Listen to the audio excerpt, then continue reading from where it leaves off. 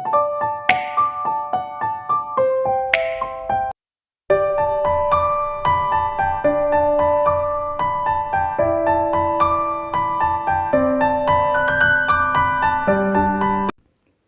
అండి, నేను విజయ వీరమాసనేని.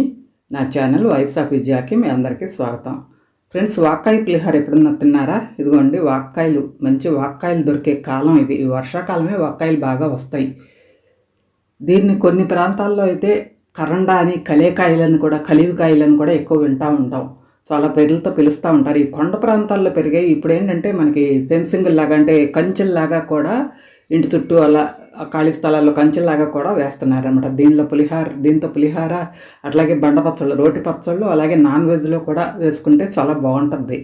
ఇది లేతగా తెల్లగా ఉన్నప్పుడు ఒక టేస్ట్, కొంచెం ముదిరాక ఇంకొంచెం రంగు వచ్చాక ఒక టేస్ట్, బాగా పండాక ఒక టేస్ట్లో ఉంటాయి.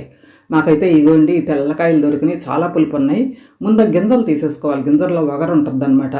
నేను అన్నీ కొంత పులిహార చేసి కొంత ప్రిజర్వ్ చేసుకుందాం అని చెప్పేసి అన్ని కాయల్లోనే గింజలు తీసేసాను. ఇవన్నీ కూడా నేను నూనె వేసి ఒక చెట్లో ఒక టేబుల్ స్పూన్ దాకా నూనె వేసి దానిలో మగ్గ పెట్టేసుకుంటున్నాను. గింజలు తీసిన కాయలు అందులో వేసేసి ఒకసారి కలిగి పెట్టేసి దీనిలోనే కొద్దిగా పసుపు, కొద్దిగా ఉప్పు వేస్తాను. వేసేసి మూత పెట్టేసుకున్నామంటే ఒక 5 నిమిషాల్లో మెత్తగా అయిపోతుందండి, మగ్గిపోతుంది బాగా. మనం డైరెక్ట్గా కూడా పులిహోర తాలింపులో కూడా ఈ వాక్కాయలు వేసేసి, గింజ తీసిన వాక్కాయలు వేసేసి కూడా కలుపుకోవచ్చు. కానీ నేను ప్రిజర్వ్ చేసుకోవాలి కొంతనే, ఎలాగో ఇలా చేస్తున్నాను కాబట్టి ఇలా చేశాను అనమాట. ఇవన్నీ ప్రిజర్వ్ చేసుకోవడానికి ఇలా మగ్గబెట్టేసుకున్నాను, కొంత పులిహోరలో వేసి కొంత ప్రిజర్వ్ చేసుకోవడానికి. తర్వాత పులిహోరకి తాలింపు వేసేసి దానిలో ముందు జీడిపప్పు వేయించి తీసేసుకుని, వేరుశనగ పప్పు అయినా వేసుకోవచ్చు. నేను జీడిపప్పు వేసాను ఈరోజు. ఒక్కొక్కసారి వేరుశనగ గుళ్ళు కూడా వేస్తాను. దానిలోనే అదే నూనెలో పచ్చిశనగపప్పు, మినప్పప్పు, ఆవాలు, జీలకర్ర కొద్దిగా, అట్లాగే 2 ఎండుమిరపకాయ ముక్కలు, అట్లాగే బాగా పచ్చిమిరపకాయలు మాకు బాగా కారం ఉన్నాయి, అందుకని 2 పచ్చిమిరపకాయలు చీలిక చేసేసి కరివేపాకు కూడా వేశాను.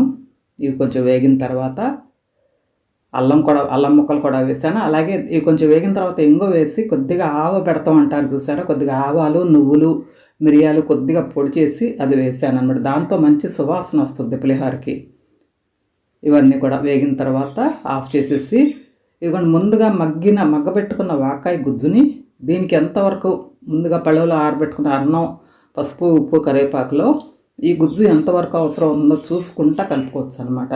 కలిపేసి ఆ పులుపు, అన్నానికి సరిపడా పులుపుకి చూసి కలిపేసుకుంటా మనం చేసి పెట్టుకున్న తాలింపు కూడా అందులో కలిపేసుకుని ఒకసారి టేస్ట్ చూసుకుంటే, చాలాపోతే గుజ్జు రెడీగానే ఉంది కాబట్టి వేసుకోవచ్చు అనమాట. నాకైతే సరిగ్గా సరిపోయింది నేను వేసింది. పైన కొద్దిగా క్యారెట్ తురుము జల్లేసాను.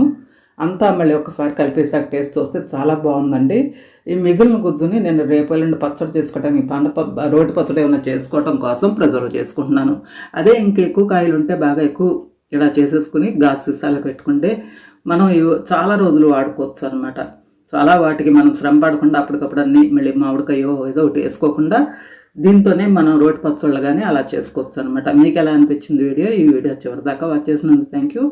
అట్లాగే ఈ వీడియోని లైక్ చేసి, షేర్ చేసి, కామెంట్ చేయటం మర్చిపోబాకండి. ఓకేనా మరి? Thank you. బై.